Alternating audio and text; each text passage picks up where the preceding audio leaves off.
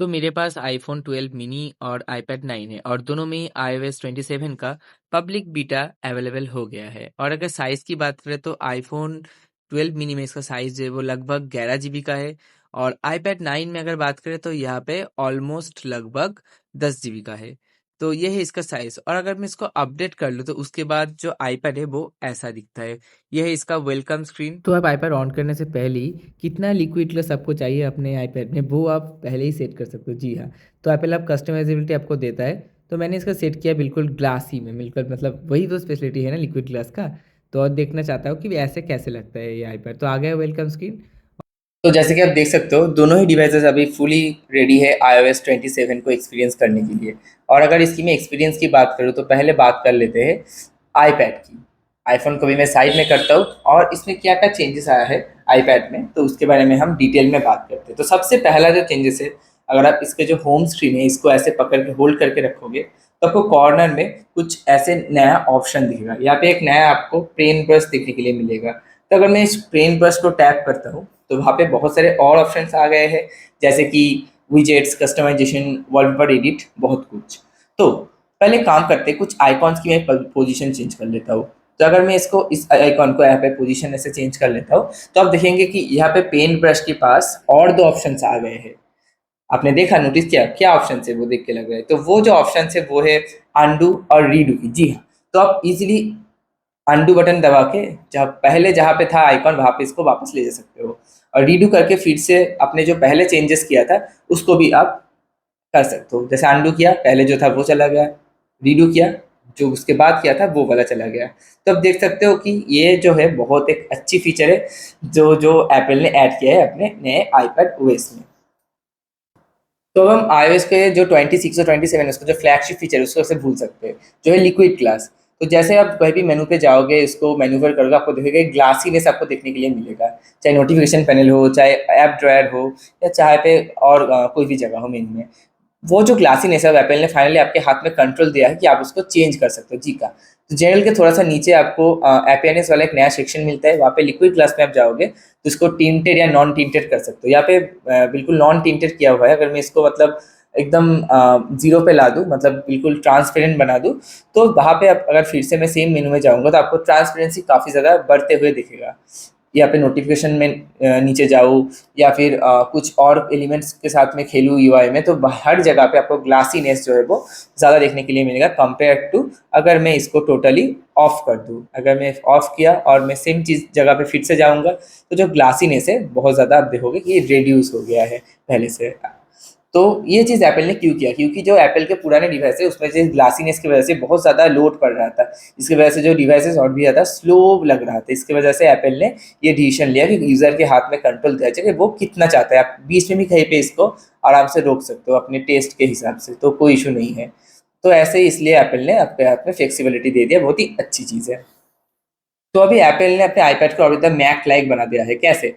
तो अगर मैं बात करूँ, बहुत पहले स्टेज मैनेजर आया था, तो वहाँ पे उसके बाद विंडोज़ ऐप भी आएगी कि आप कोई भी अगर ऐप आपने आईपैड में अभी ओपन किया है तो उसको फुल स्क्रीन से आप विंडोज़ मोड में ऐसे चला सकते हो, जो कि काफ़ी अपने आप में एक अच्छी बात थी। तो अब एप्पल ने आपको एक स्टेप और ऊपर चला गया है। अभी आप देखोगे जब भी मैंने इसको विंडोज़ मोड किया, यहाँ पे कुछ ऑप्शंस यहाँ पे आ गए। आपको मैं फिर से दिखाता हूँ, इसको मैं अगर मैं फुल स्क्रीन कर दूँ ऐसे, तो ये जो ऑप्शंस वहाँ पर आपको दिख रहे हैं वो through out the UI present है। और अगर आप कोई भी और एप्लीकेशन खोलोगे, यहाँ पे सोचो फॉर एग्जांपल मैं यहाँ पे ऐप स्टोर में चला गया, तो ऐप स्टोर में जो ऑप्शन है वो यहाँ पे आपको देखने के लिए मिल रहा है। जिस भी आपको आप टच करोगे या ऊपर रहेगा, डिपेंडिंग ऑन इसके जो ऑप्शन है वो देखिएगा आप यहाँ पे वो चेंज हो रहे हैं। तो ये जो है फीचर अपने यहाँ पे अभी मिल रहा है। तो मैं सेटिंग में चला गया, इसने automatically show and hide menu आ गया। अगर मैं इसको ऑन करके रखूँ, डिफॉल्ट ऑन ही आता है, तो आपको यहाँ पे सिर्फ सेटिंग्स दिख रहा है। यहाँ पे सेटिंग्स को टैप करूँ तो सारे ऑप्शन यहाँ पे अभी आ गए हैं। सेम चीज़ अगर मैं ऐप्स में जाऊँ, वहाँ पे ऐप स्टोर में ऊपर टैप करो तो सारे ऑप्शन ऐसे यहाँ पे देखने के लिए मिल रहे हैं। तो आप इसको ऑटोमेटिकली ऑन तो आते इसको ऑफ कर सकते हो ताकि हर टाइम पे ये शो हो। तो जैसे मैंने फिर से अगर मैं सफारी में जाता हूँ तो सफारी वाले ऑप्शन यहाँ पे शो हो रहा है। इसमें मैं टैप करके डायरेक्टली सफारी के जो भी ऑप्शन है वो यहाँ से ही मैं हिस्ट्री वगैरह सारा कुछ यहाँ से देख सकता हूँ, आप देख सकते हो। तो बहुत ही कूल ऑप्शन है। और अगर मैं इसको चेंज करता हूँ, ऐप स्टोर में चला जाता हूँ, तो ऐप स्टोर के जो भी ऑप्शन है वो मुझे यहाँ पे देखने के लिए मिल रहा है। तो एक काफ़ी अच्छी वेलकम चेंज है जो आईपैड की यूज़र एक्सपीरियंस को और भी ज़्यादा अच्छा बना देगा एप्पल की तरफ से, बहुत अच्छा। तो फाइनली एप्पल ने अपने आईफोन्स की तरह जो साउंड है या नोटिफिकेशन है उसको भी यहाँ पे चेंज कर दिया है। आप अपने ऐप अलार्म के लिए डिफरेंट साउंड सेट कर सकते हो रिंगटोन के अलावा भी, मतलब चेंज विथ बटन से यहाँ पे जो ऑप्शन है इसको मैं ऑफ करके रखा हूँ। मैच रिंगटोन वॉल्यूम, इसको भी अगर मैं ऑफ कर दूँ तो जो रिंगटोन का वॉल्यूम है वो अलग हो जाएगा, अलार्म का वॉल्यूम है वो अलग हो जाएगा। तो इसकी वजह से पहले जो होता था रिंगटोन का वॉल्यूम अगर डाउन करोगे तो अलार्म का भी ऑटोमेटिक डाउन हो जाता है। तो वो अब चीज़ें यहाँ पे नहीं रही, वो सेपरेट सेपरेट इंडिविजुअल मेनू दे दिया है एप्पल ने, जो कि काफ़ी अच्छी बात है फाइनली। अब बात करते हैं आईफोन के बारे में। तो अब तक मैंने जो भी चेंजेस बताया वो बोथ आईफोन और आईपैड दोनों के लिए एप्लीकेबल है। तो पहली बात कर लेते हैं कि लिक्विड ग्लास और ट्रांसपेरेंसी है। अब आप चेंज कर सकते हो यहाँ पे अपीयरेंस वाले सेक्शन से लिक्विड ग्लास का जो भी थिकनेस है या फिर ट्रांसपेरेंसी है वो आप इजीली स्लाइड करके चेंज कर सकते हो। बहुत ही वेलकम फीचर है ये। और उसके बाद अगर हम बात करें तो थ्रू आउट द यूआई मुझे ये जो अपडेट है उस करने के बाद बहुत ज़्यादा स्नैपी फील हो रहा है। सारे जो एक्शन से बहुत ज़्यादा क्विक फील हो रहा है। पहले से भी इसका जो स्मूथनेस है काफ़ी ज़्यादा सही हो गया है। ये आईपैड के मामले में बिल्कुल सेम है। भाई पे अगर बात करें फाइनली एआई की, तो ये जो ओल्ड डिवाइसेस है, मतलब ये जो आईफोन 12 मिनी है और जो मेरा आईपैड 9 जेन है, तो उसमें कोई भी आपको सीरी का नया वाला एआई वर्जन नहीं मिलेगा, कोई भी एआई नहीं मिलेगा। अगर मैं आपको फोटोज यहाँ पे दिखा दूँ तो फोटोज में भी आपको जो रीसाइजिंग नए वाले ऑप्शन मिल रहे हैं वो कुछ नहीं मिलेंगे। सिर्फ नॉर्मली आप जो भी है अपने फोटोज नॉर्मल देख पाते थे तो सेम यहाँ पे देख पाओ। अगर मैं एडिट सेक्शन में जाऊँगा तो वहाँ पे आपको कोई भी नया एआई का ऑप्शन नहीं मिल रहा, सिर्फ नॉर्मल जो पुराने ऑप्शंस थे वही मिल रहे हैं। तो एआई इस फोन में बिल्कुल ना के बराबर है, जो कि मेरे हिसाब से काफ़ी अच्छी, क्योंकि मैं S24 अल्ट्रा भी ऑन करता हूँ तो उसमें इनफ एआई मुझे ऑलरेडी मिल रहा है। बट हाँ, जिस लोगों के लिए बिल्कुल ये मतलब एक सिंगल फोन है जो इसके साथ जीते उनके लिए थोड़ा प्रॉब्लमेटिक हो सकते हैं, क्योंकि एआई का बिल्कुल ऑप्शन नहीं है। बट जो लोग एज ए सेकंड फोन इसको यूज़ करते हैं उनके लिए शायद अच्छा ही होगा, क्योंकि वो वैसे भी एआई से परेशानी होंगे कहीं ना कहीं। तो वो भी बहुत अच्छी बात है। बाकी सारे अगर चेंजेस की बात करें तो बहुत सारी माइनर चेंजेस इसमें विद इन द हुड हो गया है ऑलरेडी। इसमें जो विजुअली बहुत ज़्यादा चेंजेस नहीं आया है, जैसे मैंने आपको बताया इसमें जो यूआई है उसको फास्ट करने के अलावा जो सिस्टम फाइल्स है उसको अच्छे से मैनेज करने पे ध्यान दिया गया है। और अभी iOS 27 में अगर आप कंट्रोल सेंटर को यहाँ पे देखोगे तो यहाँ पे भी सटल चेंजेस हुआ है। जो पावर बटन है उसके अराउंड एक सर्किल दे दिया गया है, मतलब उसको सेपरेटली एक जगह मिल गया है। और जो बैटरी आइकन है उसके अराउंड जो बॉर्डर था उसको भी अभी रिमूव कर दिया है। ज़्यादा मीनिंगफुल चेंजेस नहीं है बट ओके चेंजेस है तो मैंने बता दिया। उसके साथ अगर बात ही करें यहाँ पे तो एक और ऑप्शन आता है यहाँ पे जो कि है एयर ड्रॉप। तो अभी एयर ड्रॉप का जो स्पीड है वो भी एप्पल ने बढ़ा दिया है। एप्पल टू एप्पल अगर आप एयर ड्रॉप करोगे तो पहले में जो स्पीड में ये जाता था उससे एप्पल क्लेम करते हैं कि 30 या 40% ज़्यादा स्पीड में अभी फाइल ट्रांसफ़र पॉसिबल है, जो कि काफ़ी एक वेलकम चीज़ है। और मैंने इसको पर्सनली टेस्ट भी किया है। जी हाँ, एप्पल बिल्कुल सही कहता है।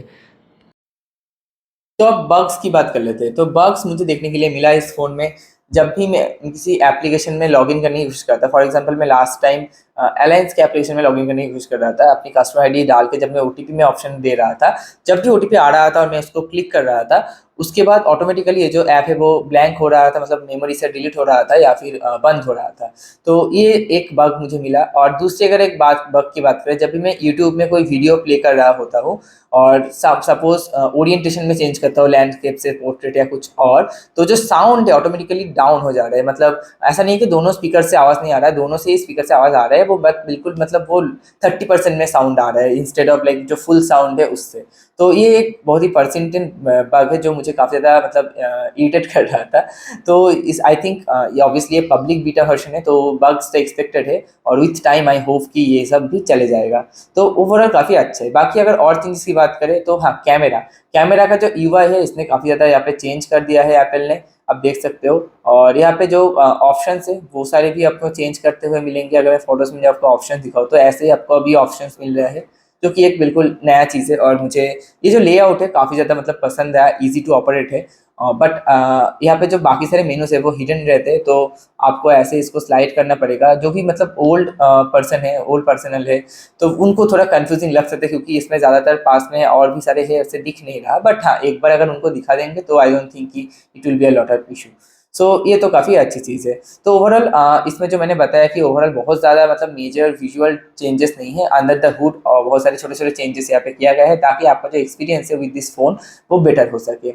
तो उम्मीद है आपको ये छोटा-सा वीडियो पसंद आया होगा। अगर आपको पसंद आया है तो वीडियो को लाइक कीजिए, शेयर कीजिए, चैनल को सब्सक्राइब करना बिल्कुल मत भूलिए और कमेंट्स में बताइए आपको और क्या-क्या जवाब चाहिए iOS 27 के बारे में। तो अगर मेरा वर्डिक्ट रहेगा कि आपको ये अपने फ़ोन में इंस्टॉल करना है कि नहीं है, तो बिल्कुल आईपैड में मुझे ऐसा कुछ इशू नहीं मिला। आप आईपैड का जो iOS 27 पब्लिक बीटा है वो इंस्टॉल कर सकते हो, बट हाँ, फ़ोन के लिए मैं बोलूँगा अभी थोड़ा वेट कर लो। एटलीस्ट 1 और 2 रिविजन्स आ जाए इसके, उसके बाद आई थिंक इंस्टॉल करना सही रहेगा, क्योंकि अभी मैं इसे अपने फ़ोन में यूज़ तो कर रहा हूँ, बट मेरे पास अभी भी सेकंड फ़ोन है, तो ज़्यादा कुछ इशू नहीं है। बट काफ़ी लोगों को मैंने देखा कि इशू ऐसे फेस करते हैं कि उनका जो फ़ोन का जो भी डेटा है, मतलब अगर मैं आपको दिखाऊँ कि स्टोरेज कितना फ्री है, वो ऑटोमेटिकली ईट अप हो रहा है। जी हाँ, तो उनके आई थिंक उनके ना जानते हुए भी, मतलब उन्हें पता नहीं है क्या, बट कुछ ना कुछ जो सिस्टम के अंदर है वो जगह खा ले रहा है और उसके वजह से सिस्टम ऑटोमेटिकली फुल हो रहा है। मैंने आप यहाँ पे देख सकते हो सिस्टम iOS ने 14 GB यूज़ किया है और जो सिस्टम डेटा है उसमें मैंने 10 GB का यूज़ किया है।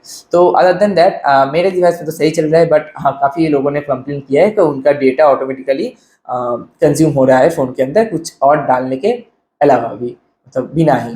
तो वो एक देखने वाली चीज़ है। तो उम्मीद है आपको ये पसंद आया होगा। तो अगर पसंद आया है तो बिल्कुल सब्सक्राइब करना बिल्कुल मत भूलिए। मिलते हैं बहुत ही जल्द अगले वीडियो में, तब तक के लिए अपना ख्याल रखिए।